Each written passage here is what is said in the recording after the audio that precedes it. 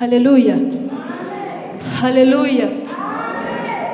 Ndashima Imana, njye ni umuvandimwe wanjye, urabona ko tujya kungana, ariko murusha imyaka nk'iy'ikiyoni, ariko ndashima Imana ko turi muri uyu mujyi wa Kigali, ikiturindiye ubuhamya.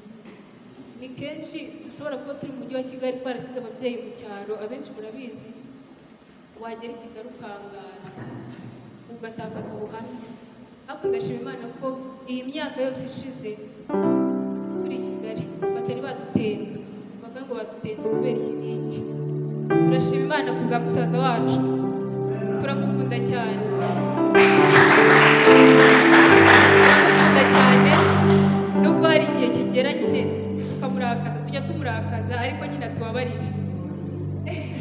Turashima Imana nyine ko ajya dukebura nk'umubyeyi,